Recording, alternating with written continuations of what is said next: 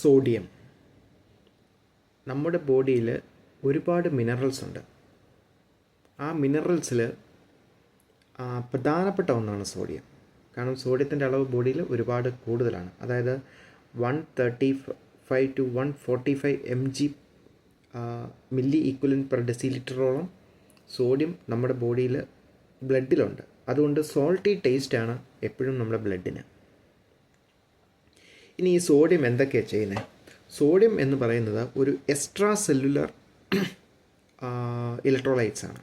Extra cellular എന്ന് പറഞ്ഞാൽ അത് സെല്ലിൻ്റെ ഉള്ളിലല്ല, സെല്ലിൻ്റെ പുറത്തുള്ളതാണ്.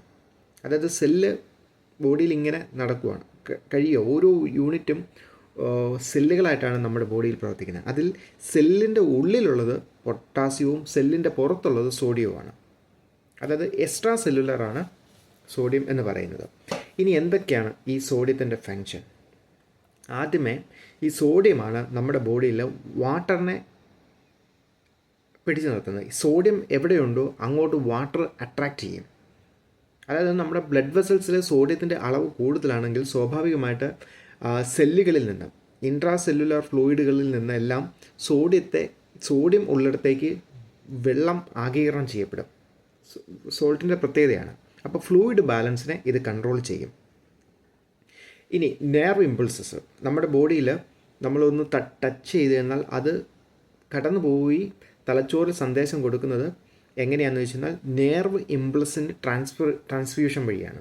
ആ നെർവ് ഇമ്പൾസിനെ ട്രാൻസ്ഫ്യൂഷൻ ചെയ്യുന്നത് ആക്ഷൻ പൊട്ടൻഷ്യൽ എന്ന് പറയുന്ന ഒരു പ്രക്രിയയിലൂടെയാണ്. ഈ ആക്ഷൻ പൊട്ടൻഷ്യൽ നടത്തുന്ന പരിപാടി എന്ന് പറഞ്ഞാൽ സോഡിയവും പൊട്ടാസ്യവും ചേർന്നാണ് നടത്തുന്നത്, ഇലക്ട്രോലൈറ്റ്സുകളാണ് നടത്തുന്നത്. അപ്പം അതിൽ സോഡിയത്തിന് നല്ല റോളുണ്ട്. പിന്നെ മസിൽ കൺട്രാക്ഷന് വേണ്ടിയിട്ടും ഈ സോഡിയവും പൊട്ടാസ്യവും കാൽസ്യവും ഒരുമിച്ചാണ് പ്രവർത്തിക്കുന്നത്. അതിൽ മസിൽസിൻ്റെ കൺട്രാക്ഷൻ നടക്കുന്നതിന് വേണ്ട കാര്യങ്ങളാണ് ഈ സോഡിയവും പൊട്ടാസ്യവും കാൽസ്യവും. അതിൽ സോഡിയത്തിന് ഒരു റോളുണ്ട്. പിന്നെ ഒരു പ്രത്യേകത എന്ന് പറഞ്ഞാൽ ആസിഡ് ബേസ് ബാലൻസ് ആണ്. അതായത് സോഡിയം ബൈകാർബണേറ്റ്. അതിൽ സോഡിയം എന്ന് പറയുന്നത് സോൾട്ട് തന്നെയാണ്, സോഡിയം ബൈകാർബണേറ്റ് എന്തിനാണ് ഉപയോഗിക്കുന്നത്?